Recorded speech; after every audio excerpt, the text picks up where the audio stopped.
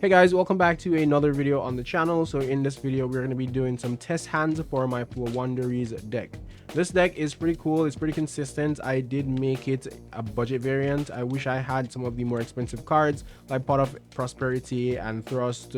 Those cards are pretty out of my reach right now, but the deck is competitive just the same. So let's go ahead and draw. We're going to be doing 5 test hands and we're going to see how well the deck performs under random stress. So these are 2 dice. The red one is from me and the green one is from my opponent. So we're going to see who goes first or who goes second. So again, red for me, green for my opponent. So I won because I got 3, so I can go first. So starting off, we have a pretty bad hand. We don't have anything that we want. We have a Pot of Duality, Book of Moon, Dark Ruler No More, Extravagance, and Bird of Protection. The good thing about this hand is that we can dig deep in our deck via the Pot of Duality and the Extravagance. So we're going to go ahead and activate at the beginning of the main phase our Pot of Extravagance. We're going to banish our 6 cards from our extra deck. Again, it doesn't really matter which cards we banish because this deck doesn't rely or use the extra deck for any particular reason except for Extravagance. So we're going to go ahead and draw 2 cards. So we're going to draw Rabina and we're going to draw the Shifter. So now that we have the Shifter and Rabina in hand, we can pretty much do some good thing. The sad thing about it is that I have Extravagance in graveyard, so I can't activate the Shifter. But that's something simple and I will be able to go around it in the future or in the duel if I want to.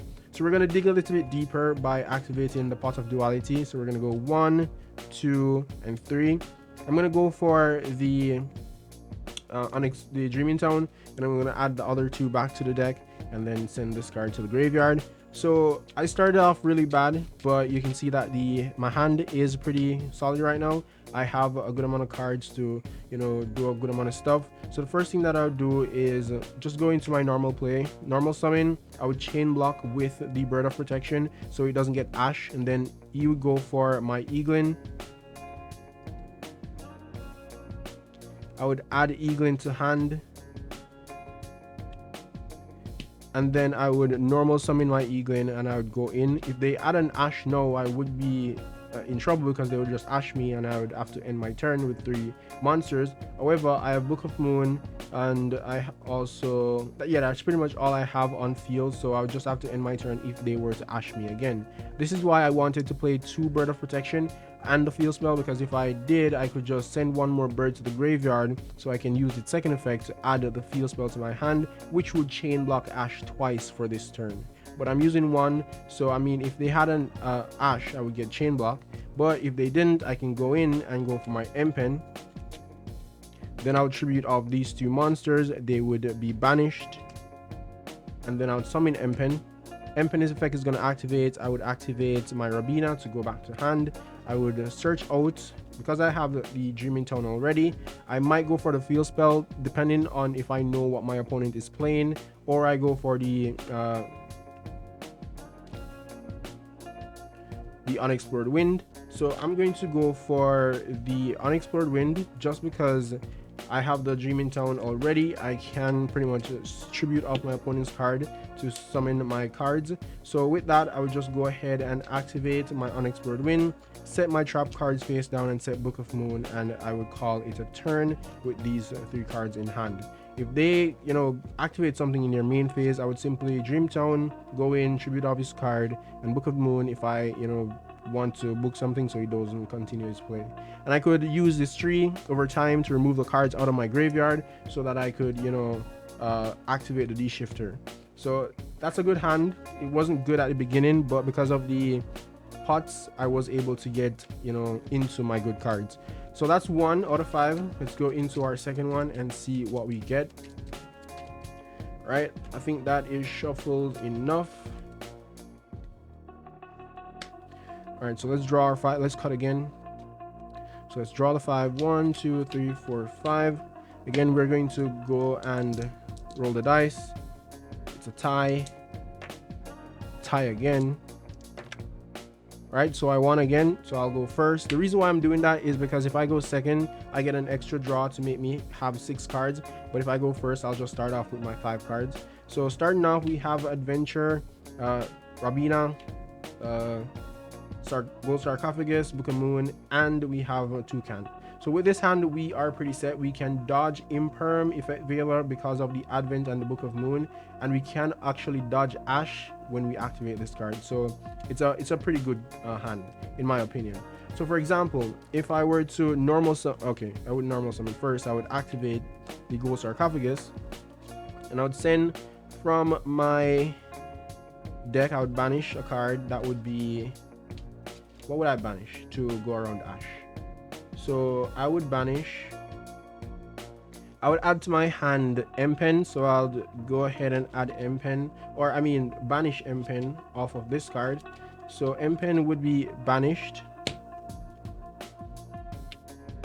And then what I'll do after that is I would activate my spell card, Advent of Adventure. I would banish my Rabina, and then I would add to my hand my Field Spell. And then when I add my Field Spell, let me put my Field Spell in over this side just for the sake of the video. So now that I've added my Field Spell, I can activate it, activate its effect, reveal this one, and banish another one, which would be my Eaglin. I then get to normal summon this guy. I would activate its effect to 1, 2, add back to hand. This would target my M-Pen to add back to hand. So I'd then normal summon my Rabina. Rabina's effect would activate. I would go into my deck for my Stree. So I have all 4 birds in rotation, which is pretty solid. And then I would tribute summon by tributing these 2 cards to summon M-Pen. M-Pen effect is going to activate. I would add to my hand the trap card. I would then go ahead and normal summon my Eaglin. Eaglin's effect is going to activate. I would go into my deck for another level 7. I would go for my Mist Valley. I would then normal summon my Stree, and I would banish this card to the graveyard, banish pile. And then because I banished, I can tribute summon. Now tribute summon this guy. Effect would activate. I would add my Eaglin. Did I use Eaglin's effect to add to hand? No. So I would add Eaglin or Stree, any one of them. Let me add Stree. So now I would set my Book of Moon and my Dreaming Town face down, 1 card in hand. So if they normal summon under this card, I can activate its effect to normal summon and chain, add back cards to my hand, go search out. If they activate something, I negate, and I have 2 normal summons that I can do in their turn, which is pretty solid, and I have Book of Moon to interrupt them. So this is a pretty cool hand. You can see that it's very good, and I have a ton of interruptions. So that's 2 out of 3 of 5. Let's go ahead and shuffle up. All right, so we're gonna go 1, 2, 3, 4, 5. Let's go ahead and see who goes first. Right, so I go first. I think the red dice is pretty solid. So we have the Field Spell, we have Unexplored Wind, we have Dark Ruler No More. Okay, so this is by far one of the worst hands I've gotten so far because we can't really do nothing. The only thing that we can do this turn is activate D-Shifter, send it to the graveyard, and then pretty much end our turn. Hopefully D-Shifter affects them to the point where they don't have anything to do, and if we still survive, we get to draw our 1 card, which would be the card to change the duel. But simply put, we would activate the Field Spell, reveal this card, then would banish from our deck the Rabina. Rabina would be banished. This would be normal summoned. This would target the Rabina to add it back to hand, and then we can normal summon Rabina and then go into our 1 card combo, which is Rabina, Eaglin, then M-Pen. M-Pen searches the Dreaming Town, and we have the Unexplored Wind, Magnificent Map, and Dreaming Town set. And so we pretty much, and they're under D-Shifter. No, they wouldn't be. Okay, but yeah, that would be the ideal play for this type of hand, but it depends on if Shifter is effective against the opponent. If not, then we would be in a very bad situation. So we're gonna use that test hand as a loss. So out of 3 so far, we have 2 good and 1 that is semi bad because we didn't get anything good in the first hand. We had to wait for our draw phase, which we don't want to really rely on. So we're gonna go ahead and shuffle up for our fourth attempt. Let's see what the deck will give us. All right, so we draw into it again. Let's roll the dice. We're going first again. So we have evenly match, Stree, M-Pen, Apex, and the field spell. The field spell is pretty solid because we can reveal the Stree to banish the Rabina. Then we would normal summon the Stree. That would be bad. That would be bad. That wouldn't work. That wouldn't work at all. How would that work? That wouldn't work. This hand is really bad, guys. This hand is really bad. Since we're going first, we would activate a field spell. Then we would reveal our Stree, which is not good. And then we would banish the card, which would be the Rabina. Stree would summon, Rabina would add to our hand, but there's no card for the Stree to banish. So we would have to pretty much set evenly face down and end our turn. Or we could simply not do anything and end our turn and then draw one card.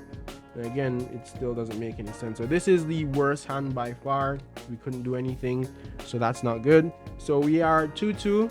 Let's see the final hand and let's see what we get from this test hand. So let's draw our 5 cards. Roll the dice. We win again. That red dice is cheating. So we have Book of Moon, Rabina, Extravagance, Duality, and Duality. I mean, 2 Duality is bad, but we have cards to go into the deck. And we have our 1 card starter, 1 card combo, which is the Rabina. So we're pretty much set. We would first go into our main phase, activate the Duality, banish the 6 cards, random cards, and then we would draw 2 cards, which would be Unexplored Wind and another Rabina. This card would be sent to the grave. We would then activate the Pot of Duality to look at the top 3 cards. Okay, this hand is really, really garbage, but it can work. We would simply, I'll take the Shifter. Maybe I would take the Dark Ruler for next turn. Hopefully my opponent doesn't get anything crazy. So we would take the Dark Ruler, and then we would go into our 1 card combo. Hopefully they don't have Ash, because if they do, we're pretty much screwed. Normal effect would activate. We would go for the Eaglin, then normal summon to my side of the field. I would go for the M-Pen. Then I would tribute these 2 birds. They would be banished. So tribute them. They go to the banish pile. Normal summon M-Pen. Chain link 1, chain link 2 to Rabina. Then I would add the Dreaming Tone to my hand, because that's the card that I think is best needed at this point. So I'd go for my Dreaming Tone, and then I would set Book of Moon first, then set my Dreaming Tone, then activate my Unexplored Wind, and then I'd call that a turn. So they go into their play. If they do something that I don't like or summon a monster, I book it, or my M-Pen, which is a pseudo skill drain. Or if they do something, I just go into my normal phase and go for either my Ryza or my Apex Avian. So this hand was good. I got multiples of cards, but it actually worked out well. If I were to draw and then activate the pot to see 3 cards, I would just go for Advent, but you can see RP Storm is pretty strong. So yeah, this deck is pretty good. Out of the 5 test hands that we did, 3 was good, 1 was kind of okay because we had to wait on a draw, and 1 was pretty much bad. So we could say that the deck is pretty solid. Again, if you want to see the deck profile, I did make a video, so go ahead and check that out. Thank you guys for watching the video. Hopefully you liked it, and if you want to see more test hands from my budget builds, let me know by commenting in the comment section below. Yeah, so I'll see you guys in the next one.